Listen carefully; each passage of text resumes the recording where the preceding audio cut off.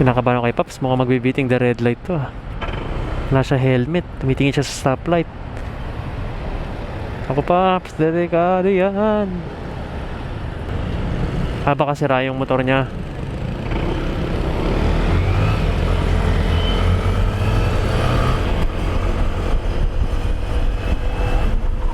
So guys, good morning! Eto, nag-ride out na tayo. Papunta tayo Robinsons, Manila! Mag-i-stoplight yan, mag-blink na yan. Ayun o, kabisado ko yung stoplight dito eh. Pupunta tayo ng gym today. Kailangan ko magbawas sa mga pinagkakain ko na nag-Bicol ride tayo. And kailangan ko maging active sa workout kasi may Ilocos Norte tayong paparating. Bugbugan na ride na naman ang gagawin natin doon. Pero huwag kayong mag-alala, si Blanca nakakondisyon na pinalinis ko yung gear dito nung last time nung nag-Bicol tayo. Pagka uwi nun, the next day, pumunta kagad kasi ako sa shop. Flat nga yung gulong natin. 2 pako yung bumutas dito kay Blanca. Ang maganda ron, maliit lang yung pako. So ang ginawa, tire sealant na lang po yung ginawa natin kasi maliit lang naman daw yung butas. Hindi kailangan i-patch or lutuin. Yung mga nila, options doon. Mas mahal nga lang yung patch saka luto. Parang 250 ata per butas. Dalawa yung butas, so 500. Diba? Kaya ang ginawa, sabi ko, sige, okay na ako sa sealant. Tapos minonitor ko naman siya, hindi na siya nagbabawas ng hangin. So okay na ako doon. Dahil sa may recto, dito naman may mga binder dyan. Pag gusto nyo magpagawa ng mga, actually, alam nyo naman to eh, mga peking certificate dyan nagpapagawa. Mga doktor, yan, dyan. Hindi ako gumagawa nun pero yun lang yung mga naririnig ko. Yeah, before today's vlog guys, nothing special gusto ko samahan nyo lang ako mag-gym nga tayo. And may thoughts ako na gusto i-share sa inyo. I'm planning to upgrade to ADV 350 or CF Moto 450 MT next year pagka balik natin galing work. Kasi guys, if you all know, baka umalis na ulit ako by September. Hindi pa sure to. Alam niyo naman pag minsan seafarer kayo, bigla-bigla na lang kayo papalisin. Minsan sobrang late, alam niyo yun, sobrang tagal. Minsan naman sobrang bilis. So I'm just saying this para at least alam niyo yung mga mangyayari sa akin in a few months bago tayo bumalik ng work. So nagpaplano, may 3 akong plano. Inisip ko magkaroon ng bahay, upgrade tayo to 450 MT, yung pangarap kong big bike. Pangatlo, ADV 350. So sabihin ko sa inyo kung alin sa 3 yung pipiliin natin. And I need your help. Yung tayo sa Quiapo, share ka lang dyan sa Quinta Market. Pag kumanan kayo dyan, nandyan yung masarap na bilihan na sotanghon. Ano ba pangalan nun? Yung since matagal siyang open since 1990 something, ganyan. Sa may Quinta Market lang yan. Ilalagay ko na lang yung picture dito sa screen. Nakalimutan ko, pero masarap yung kainan na sotanghon doon. So pag gusto niyo mag food crawl, marami dyan. Ayun, literal na masarap kasi ibang nagpo-food vlog, lahat masarap kahit hindi masarap pero ayun, literal na masarap. Mga nagtatanong bakit bahay? Kasi guys, wala pa akong bahay. So napaka-importante rin magkaroon ng sariling bahay, sariling parking lot, alam mo yun, sariling safe space mo. Pero bakit di pa ako kumukuha? Kasi malakihang project siya. Recently pa lang kasi nandito ako sa work ko ngayon, kung saan yung dream work ko, yung pangarap kong talaga trabaho. Ngayon ko pa lang siya nakuha, actually last year. And saglitan pa lang yung kontrata ko sa kanya, 3 months, 4 months. And to buy a house, it's a long-term project. Monthly mo babayaran 15 to 20,000 siguro hulog mo monthly, plus yung down payment pa. So pag kumuha ko ng bahay para ngayon, so mas magiging magastos tayo.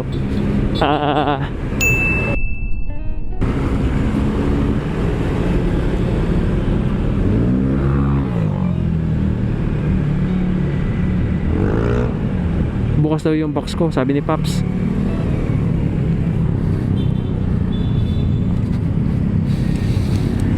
Thank you Paps. Kung sino ka man, shout out sa'yo. Bukas daw yung bag ko. Actually ginagawa ko rin yan. Pag may nakikita akong bukas sa bag or flat yung gulong, ayun, bumalik sa atin yung karma. Andun yung bag natin, so delikado. Andun yung mga cellphone ko, andun yung mga wallet ko. Shout out sa'yo Paps. Saan na yun? Naka-sniper ata yun Pasalamatan ko lang. Saan na yun?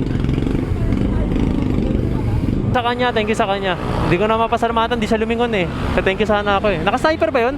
Hindi ko alam guys i-replay ko na lang yung video. Alam ko siya yun So thank you sa kanya.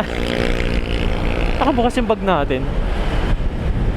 But alam niyo naman yung reason bakit kailangan ng bahay, diba? Lalo na kung nasa Trentahin ka na, Kunyari, you're in the age kung saan malapit ka na magkaroon ng family, maging, alam mo yun, magkaroon ng asawa, ganyan. Kaya kailangan, as much as possible, ako, before manikasal, gusto ko may bahay ako. Hirap naman kasi nung magkakaroon ka ng anak or family tapos hindi ka financially what do you call this? Financially stable? Tama ba yung term? Basta yun. Basta kailangan may pera ka. Diba? Hindi lang yung maging asawa ka or maging tatay ka. Kailangan mo rin magpakatatay, hindi lang maging tatay. Madali lang bumuo ng anak, mahirap maging magulang. Kaya shoutout po sa lahat ng magulang dyan. Shoutout sa parents ko. Ang hirap maging magulang, lalo na sa panahon ngayon. Kaya ang dami ngayon takot mag-anak. Gusto mo na enjoy yung buhay. At isa ako doon. I agree with that. I'm one of those people. Karamihan millennial millennial, tsaka for sure mga Gen Z. Thank you, pinasingit ako Sige lang Paps, go lang Paps. May mga sundalo rito. Ganda nung damit nila, no? Camouflage. Ang ganda rin ng truck nila. Tinalo si Optimus Prime. Nung bata ako, ganyan yung mga laruan ko What's happening here? Nice. Mas shoutout sa mga sundalo natin. Tapos pangalawa naman guys, sa big bike. Bago tayo pumunta na gym, tapusin natin. 450 MT, kaya gusto ko muna 450 MT dahil expressway legal. Pangarap kong bike talaga ang adventure bike na yan. Ba't mangangarap ka na lang sa MJL 450 MT? At Chinese scooter pa. Awan ko guys, sa love at first sight din ako sa kanya. And gusto ko munang mangangarap muna na medyo, alam niyo, yung ma-achieve ko. Yung ma-achieve ko muna siya. Ayoko muna mangarap ng mga Ducati, Multistrada. Diyan muna tayo sa kaya natin pangarapin muna. Hindi ko sasabing masama, wag mangarap ng mataas. Actually, mas maganda yun. Pero ako gusto ko yung ma-achieve ko talaga muna. Then, later on, mag-i-improve tayo sa ating papangarapin or ima-manifest. Tapos, yun nga, syempre, alam niyo naman yung mga pinag-ride ko na malayo, ganito. Pero anong cons pag nag 450 MT ka? Mawawala si Blanca, mawawala yung scooter ko. May hirapan ako sa subscribers ride kasi mas malakas yung gas consumption ko. Overheating issue, I don't know. Kasi diba, alam niyo naman, madalas naghihintayan kami sa ride. And, kaya ayun, may mga cons tayo pag nag-big bike na tayo.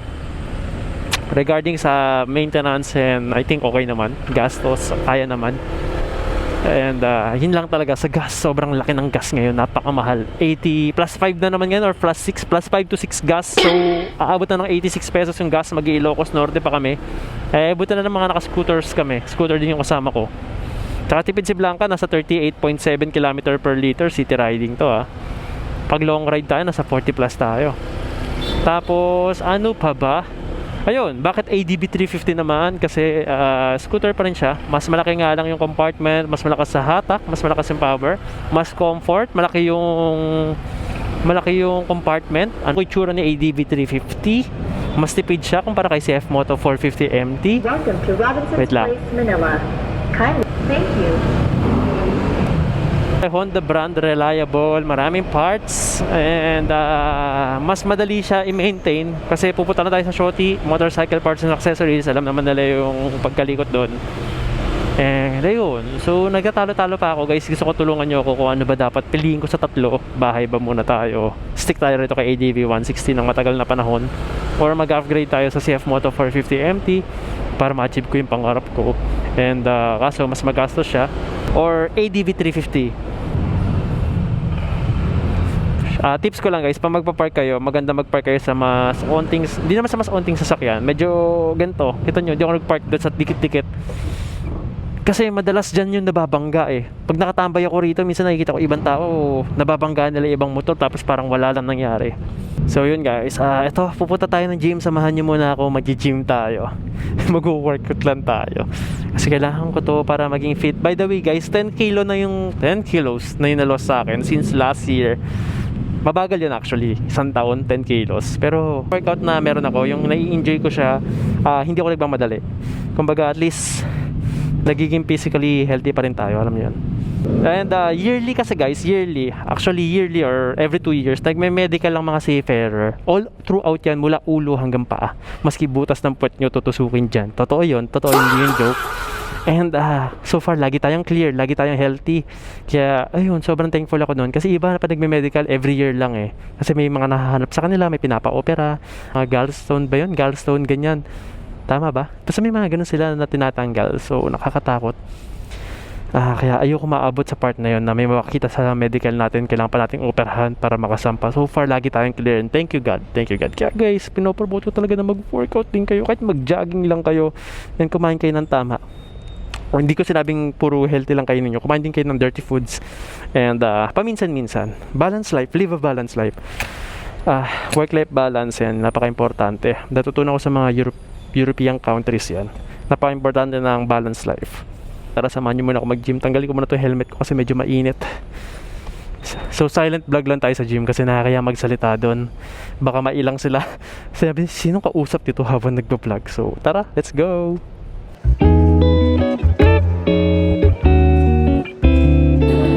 Isang lang, isang original glaze na lang. Crispy Kreme. Para isabay ko sa kape. Tsaka para may dagdag energy tayo.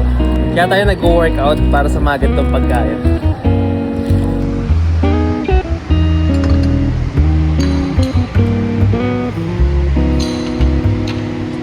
So yung gagawin ko mamaya, bicep tapos cardio. Ano ba partner ng bicep ko? Legs. Hindi muna ako mag-legs, bukas ako mag-legs. So bicep arms workout para tayo ngayon. Tapos donut. By the way, kasama na yung coffee pa nagpa-member kayo rito sa Fitness First. So, pag gusto niyo makita yung buong gym, pwede naman kayo mag-visit dito sa Robinson, Manila. Ikutin niyo yung gym. Pwede naman kayo magpa-tour kahit hindi kayo magpa-member. Para may idea kayo yung itsura if gusto niyo magpa-member. Tapos may libreng coffee rito, may libreng steam, may libreng sauna. Almost the same ng Anytime Fitness yung presyo niya eh. Halos parehas lang sila. Pero ito kasing Robinsons, Manila, malaki talaga yung gym dito. Tsaka kahit rush hour na rito, sobrang daming tao, marami pa rin kayong spaces. Hindi kayo kumpul-kumpul dito.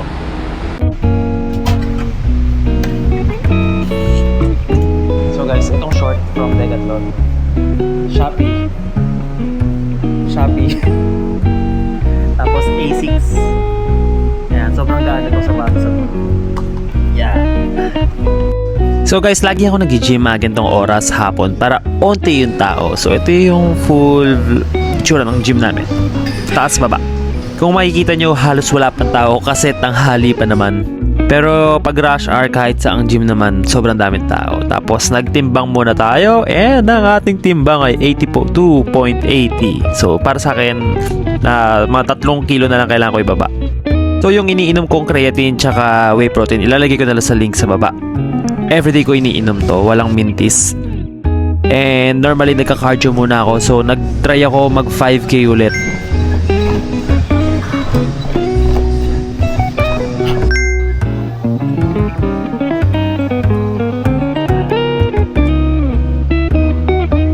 So after ng 5 kilometer, ngayon na lang ulit ako tumakbo ng 5 km. Naghahanap ako ng masasalihan na half marathon pero wala pa ako nakikita. Siguro by September, pag nandito pa tayo, tatakbo tayo ng half marathon. Tapos vlog ulit natin yun. So bicep muna tayo, then tricep, and then forearm. So let's go. So sa mga may nagtatanong, niro-rotate ko sa 4 na cycle yung workout ko. So for today, bicep, tomorrow is shoulder, the next day is chest, the next day is back. So hindi ko pinagkasabay-sabay yun together. Promise, sobrang laking bagay nito sa pagmumotor. Hindi lang ganong pinapansin pero ang laking bagay at ang laking gaan sa katawan. Pag nag-workout ka, hindi ka gano'ng mabubugbog sa mahahabang biyahe. Mararamdaman mo to pag tumigil ka ng pag-workout tapos nagmotor ka ng malayo. So pag nag-ride tayo, before the ride, hindi na ako nag-workout kasi kailangan mo rin magpahinga. Hindi lang puro workout, kailangan ipahinga mo rin yung muscles mo para mag-recover sila. That way, mas mag-grow pa sila. And sobrang importante sa akin na maging physically healthy kasi alam nyo naman sa subscribers ride, syempre tayo naasahan na makasama natin. Kaya gusto ko healthy ako at the highest point, at the 100% level na mag-guide sila sa pupuntahan namin. At 'di ba, ako yung parang tatakbuhan nila kung sakaling may problema. Kaya kailangan talaga alagaan natin yung sarili natin. Hindi lang para sa kanila, para din sa mga mahal nyo sa buhay. Syempre, kung mahal nyo talaga yung mga mahal nyo sa buhay, alagaan nyo sarili nyo para humaba yung buhay ninyo.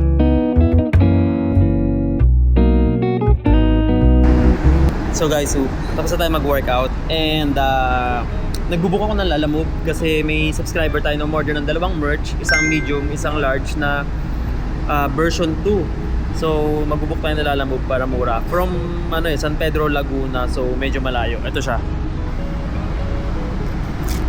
Yan. So, may sticker na yan sa loob kasama yung merch natin. So, excited na ako matanggap nila. Sabi ko, picturean nila pagka-receive nila, suotin nila eh. Kaya maraming salamat sa pagsama nyo today kahit sobrang random lang nung vlog natin. And see you on the next content. Maraming salamat ulit. Bye bye guys.